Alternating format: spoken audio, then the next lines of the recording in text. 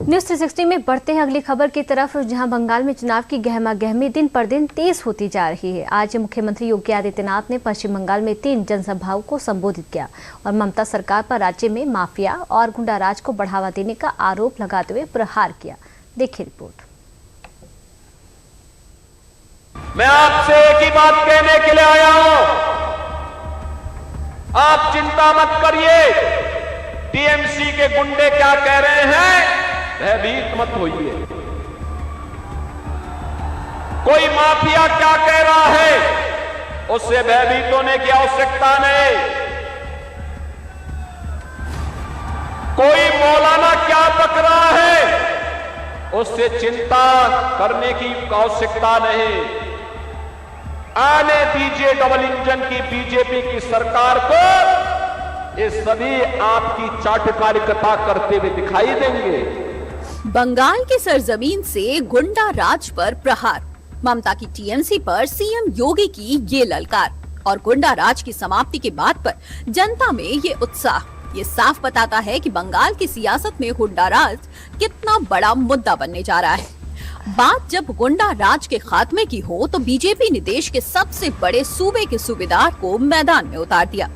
लिहाजा सीएम योगी ने यूपी के सुशासन मॉडल की पूरी परिभाषा बंगाल की आवाम के सामने रख दी।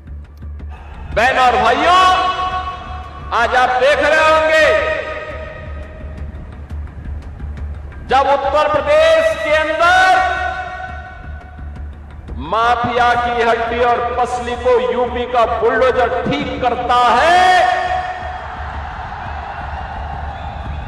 और उसकी संपत्ति को अपने कब्जे में लेकर के गरीबों का आवास बनाती है,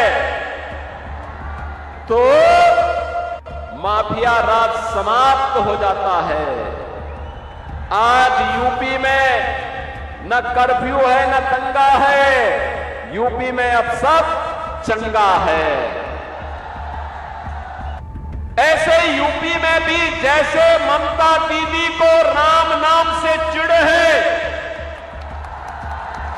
दुर्गा पूजा से चिढ़ है, ऐसे ही यूपी में भी चिढ़ होती थी। और डबल इंजन की सरकार आई, अब अयोध्या में भगवान राम का दुनिया का सबसे बड़ा मंदिर बनकर के खड़ा हो गया है। ये गारंटी केवल बीजेपी दे सकती है कि दंगा नहीं होगा, कर्फ्यू नहीं लगेगा, लेकिन गौ माता को कटने नहीं देंगे और हिंदुओं को बंटने नहीं देंगे। बंगाल की सियासत में मतदान की तारीख जैसे जैसे नजदीक आती जा रही है, वैसे वैसे बीजेपी ममता के किले को ढाने की तैयारी शुरू कर चुकी है और उसका जिम्मा यूपी के सीएम योगी आदित्यनाथ को सौंपा गया है। परिणाम ये है कि गुरुवार को सीएम योगी ने बंगाल के उन हिस्सों को टारगेट किया जो ममता बनर्जी का मजबूत गढ़ माना जाता है। सीएम ने बंगाल के जिन इलाकों में जनसभाएं की हैं, उन इलाकों के सियासी समीकरण को भी समझ लेते हैं। सीएम योगी ने गुरुवार को बाराबनी, आसनसोल, रामपुरहाट, बीरभूम और बोलपुर में रैली की। पश्चिम बंगाल के बीरभूम जिले में कुल 11 विधानसभा सीटें आती हैं। रामपुरहाट और बोलपुर सीट पर लगातार टीएमसी का कब्जा है। रामपुरहाट से 2021 विधानसभा चुनाव में टीएमसी के आशीष बनर्जी ने जीत दर्ज की थी। इस सीट पर मुस्लिम आबादी ठीक ठाक है। उसके बाद भी बीजेपी ने 2021 चुनाव में 43% वोट हासिल किया था। वहीं बोलपुर सीट 2011, 2016 और 2021 तीनों चुनाव टीएमसी ने जीते हैं। 2021 में बीजेपी ने मजबूत चुनौती दी और 40% से ज्यादा वोट हासिल किए, जो ये बताता है कि सीट पर मुकाबला अब टीएमसी बनाम बीजेपी बन चुका है। बीजेपी को Hindutva plus anti incumbency vote मिला। यही वजह है कि सीएम योगी ने पूरी ताकत झोंक दी है। बंगाल की सियासत में गुंडा राज के साथ साथ बंगाल की समृद्ध विरासत और बंगाल की पुरानी पहचान का भी मुद्दा उठा, जिसको बरकरार रखने में टीएमसी सफल नहीं हो पाई। लिहाजा सीएम ने विरासत से खिलवाड़ करने पर ममता बनर्जी पर जमकर तंज कसा।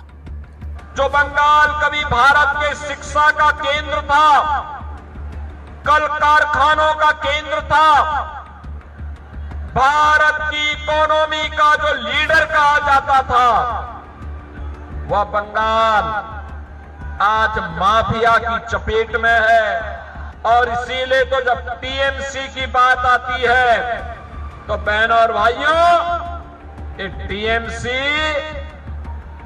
टेरर, माफिया एंड करप्शन का पर्याय है। सियासत में जितना जरूरी होता है मजबूत नेतृत्व, उतना ही जरूरी होता है जनता के बीच संवाद।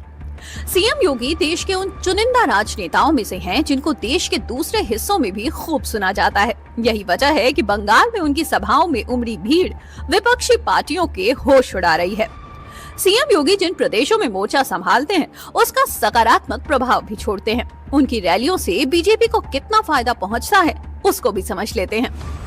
2021 के बंगाल विधानसभा चुनाव में सीएम योगी ने कई बड़ी जनसभाएं की थी, जिनमें मेदिनीपुर, बाकुंडा, नंदकुमार, पुरुलिया, हुगली, जलपाईगुड़ी इलाके शामिल थे। परिणाम ये था कि पुरुलिया, बाकुड़ा, जलपाईगुड़ी में बीजेपी ने भारी जीत दर्ज की थी। 2026 बंगाल विधानसभा चुनाव में सीएम योगी करीब 20 रैलियां करेंगे। अपने भाषणों में सीएम योगी ने जहां कानून व्यवस्था, भ्रष्टाचार और विकास जैसे मुद्दों को जोर शोर से उठाया और राज्य सरकार को कटघरे में खड़ा किया, ऐसे में इन जनसभाओं ने प्रदेश की सियासत को और गरमा दिया है। अब देखना दिलचस्प होगा कि यूपी के इन हमलों का बंगाल की राजनीति पर कितना असर पड़ता है और जनता किस ओर अपना रुख करती है।